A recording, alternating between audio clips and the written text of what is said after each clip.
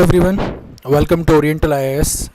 Today we will discuss a landmark case in Indian political history, that is Berubari Union Case of 1960. इस case में supreme court of India ने दो important questions को address किया था. पहला question था कि प्रियम्बल का इंडियन कॉन्स्टिट्यूशन के साथ कैसा रिलेशनशिप है. दूसरा क्वेश्चन था कि इंडियन पार्लियामेंट की अथॉरिटी का स्कोप क्या है अगर उसे इंडिया की किसी टेरिटरी को किसी दूसरे स्टेट को या किसी दूसरे कंट्री को देना पड़े. सो दोनों क्वेश्चंस का आंसर यहाँ पर दिया गया था इन बेरूबारी यूनियन केस ऑफ 1960. इस केस के वर्डिक्ट को समझने के लिए हमें इसका जो बैकग्राउंड है वो थोड़ा समझना पड़ेगा. Let's talk about the background. Bharat और पाकिस्तान के विभाजन के समय दो क्राइटेरियाज का यूज़ किया गया था. एक था पॉपुलेशन, दूसरा था रिलीजियस मेजॉरिटी. भारत में 1947 में मुस्लिम पॉपुलेशन लगभग 25% थी, जिनके लिए एक अलग देश बनाया गया पाकिस्तान, और पाकिस्तान को जो टेरिटरी अलॉट की गई थी वो इसी पॉपुलेशन के आधार पर बेसिस पर अलॉट की गई थी. भारत की जो टेरिटरी है वो पाकिस्तान के कंपैरिजन में लगभग 3.1 टाइम्स ज़्यादा है, और इसके पीछे एक सिंपल रीज़न है कि भारत की जो जनसंख्या थी, जो पॉपुलेशन थी, वो उस टाइम पर पाकिस्तान से कहीं ज़्यादा थी. दूसरा क्राइटेरिया यूज़ किया गया था रिलीजियस मेजॉरिटी, जिसका सरल भाषा में मतलब है कि जिन एरियाज़ में मुस्लिम्स मेजॉरिटी में थे वो एरियाज़ पाकिस्तान में शामिल होते, जिन एरियाज़ में हिंदू मेजॉरिटी में थे वो हिंदुस्तान में छोड़ दिए जाते. इस क्राइटेरिया के बेसिस पर भारत में दो मुस्लिम बेल्ट्स सामने आई थी. एक थी आपकी नॉर्थ वेस्टर्न फ्रंटियर प्रोविंस, जिसे आज के डेट में वेस्ट पाकिस्तान कहा जाता है, और दूसरा एरिया था ईस्ट पाकिस्तान का, जिसे आज की डेट में बांग्लादेश कहा जाता है. ये दोनों एरियाज़ मुस्लिम कॉन्सेंट्रेटेड एरियाज़ थे. दोनों देशों के बीच में बाउंड्री को डिसाइड करने के लिए जिम्मेदारी सर सिरिल रेडक्लिफ को दी गई थी, और जो बाउंड्री उन्होंने डिसाइड की उसे कहा जाता है रेडक्लिफ अवार्ड. सिरिल रेडक्लिफ एक आउटसाइडर थे और इससे पहले वो कभी इंडिया में आए नहीं थे. उन्हें आउटडेटेड मैप्स दिए गए थे बाउंड्री को डिसाइड करने के लिए. Nothing was done on purpose, it was just the carelessness on the administrative part. Cyril Radcliffe को इसलिए बुलाया गया था क्योंकि वो इंडिया से अनअक्वेंटेड थे, तो वो यहाँ की पॉलिटिक्स से भी अनअक्वेंटेड थे. दैट इज़ वाई इम्पार्शियलिटी रहे, पार्शियलिटी ना हो, उस चीज़ को मेंटेन करने के लिए सिरिल रेडक्लिफ का एक आउटसाइडर होना ज़रूरी था.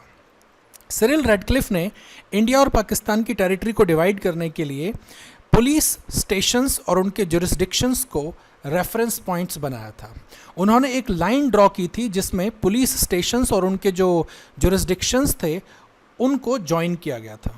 बेरूबारी ये एक थाना था, इंडिया और बांग्लादेश के बिल्कुल बॉर्डर पर आता है, और इस थाने को वैसे तो उन्होंने इंडिया को अलॉट किया था, ये एरिया इंडिया का था, बट जो ऑफिशियल टेक्स्ट था रेडक्लिफ अवार्ड का उसमें ये थाना ओमिट हो गया.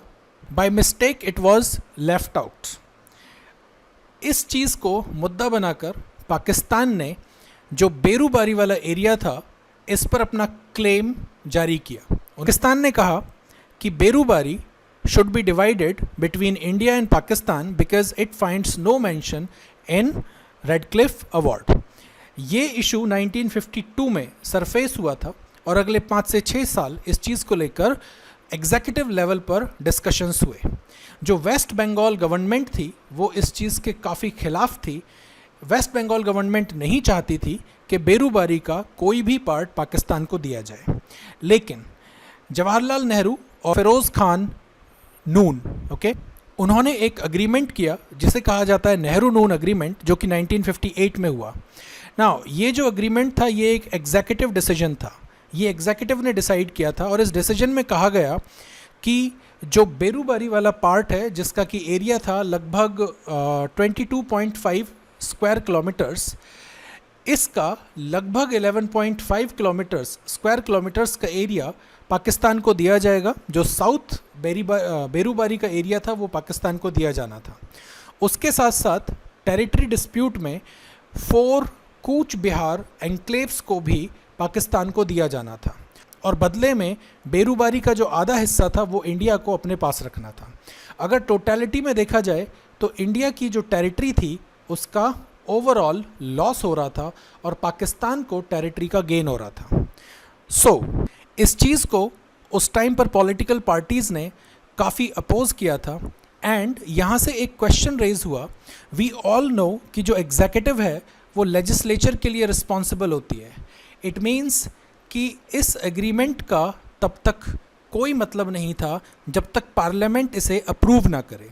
पार्लियामेंट में अप्रूव करना आसान था बिकॉज जवाहरलाल नेहरू की सरकार थी और उनके पास मेजॉरिटी सीट्स अवेलेबल थी। पॉलिटिकल पार्टीज़ के ऑपोजिशन के मद्देनज़र जो हमारे प्रेसिडेंट थे उस टाइम पर doctor Rajendra Prasad, he was one of the strongest presidents that India ever had.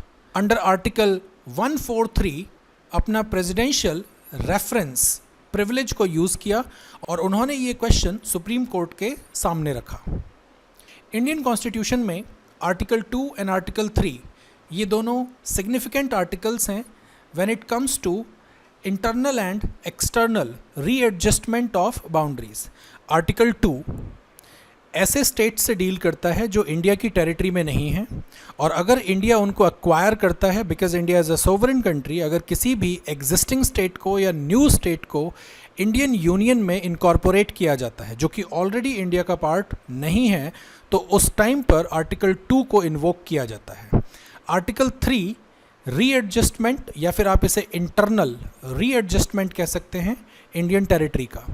अगर मान लीजिए किसी स्टेट का नाम चेंज करना है, किसी स्टेट की टेरिटरी चेंज करनी है, जैसे अभी जम्मू एंड कश्मीर को 2 पार्ट्स में डिवाइड कर दिया गया, तो अगर इंटरनली इंडिया का मैप चेंज करना है तो वो आर्टिकल 3 के थ्रू किया जा सकता है जिसके लिए पार्लियामेंट फुल्ली ऑथराइज्ड है और अगर स्टेट्स चाहें भी तो भी वो पार्लियामेंट की इस पावर को कर्टेल नहीं कर सकते हैं।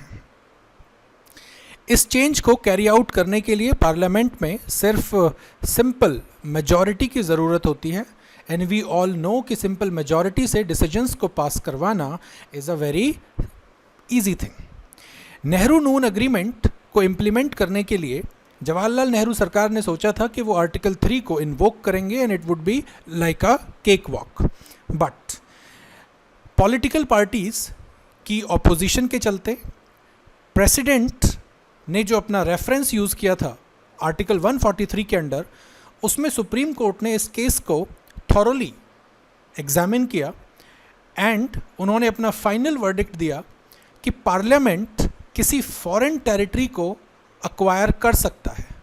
व्हाट इट मीन्स इज़ कि जो हमारी एग्जीक्यूटिव है वो किसी भी देश से कुछ भी चीज़ ले सकती है, टेरिटोरियल गेन्स ले सकती है, लेकिन इंडिया की जो टेरिटरी है वो पार्लियामेंट के अंडर नहीं आती है, वो लोगों की टेरिटरी है and that is why parliament is not authorised to cede any Indian territory to any foreign power. लेकिन अगर due to XYZ reasons territory को सीड करना है then article 3 will never be sufficient. Article 3 के साथ साथ आपको कॉन्स्टिट्यूशन का अमेंडमेंट चाहिए और कॉन्स्टिट्यूशन को अमेंड करना एक्सट्रीमली डिफ़िकल्ट है क्योंकि इसमें स्पेशल मेजॉरिटी चाहिए होती है, इसमें राज्यसभा और लोकसभा को इक्वल पावर्स दी जाती हैं। कॉन्स्टिट्यूशनल अमेंडमेंट में कोई भी जॉइंट सिटिंग का प्रोविज़न नहीं होता है। सुप्रीम कोर्ट का फाइनल जजमेंट था कि प्रियम्बल जो है वो कॉन्स्टिट्यूशन का पार्ट नहीं है।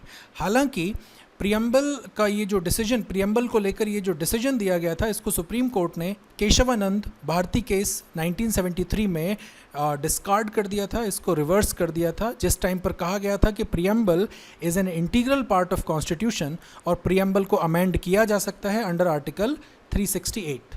नाउ इम्पॉर्टेंट क्वेश्चन अराइजेज कि यहाँ पर प्रियम्बल का क्या रोल है, ठीक है, because it is all about authority of parliament, then why preamble is here? Because जो उस टाइम पर एग्जीक्यूटिव थी उन्होंने प्रियम्बल का रेफरेंस दिया था कि प्रियम्बल में इंडिया को और इंडिया की अथॉरिटी को सोवरेन कंसिडर किया गया है और सोवरेन होने का मतलब होता है कि वो अपनी टेरिटरी को किसी को भी दे सकते हैं या किसी से भी टेरिटरी ले सकते हैं। So on the basis of preamble, the executive cited कि प्रियम्बल हमें ऑथराइज करता है कि हम इंडिया की टेरिटरी को कट शॉर्ट करके सीड कर सकते हैं, बट सुप्रीम कोर्ट ने इसका एक बहुत ही क्रिएटिव इंटरप्रिटेशन दिया that you can acquire territory but you can not give Indian territory to anyone unless there is constitutional amendment. Okay, so this case was very significant in limiting the powers of Indian Parliament when it came to ceding Indian territory to foreign country. Now for your reference you can see the location of Berubari here. This area here, this is Berubari area.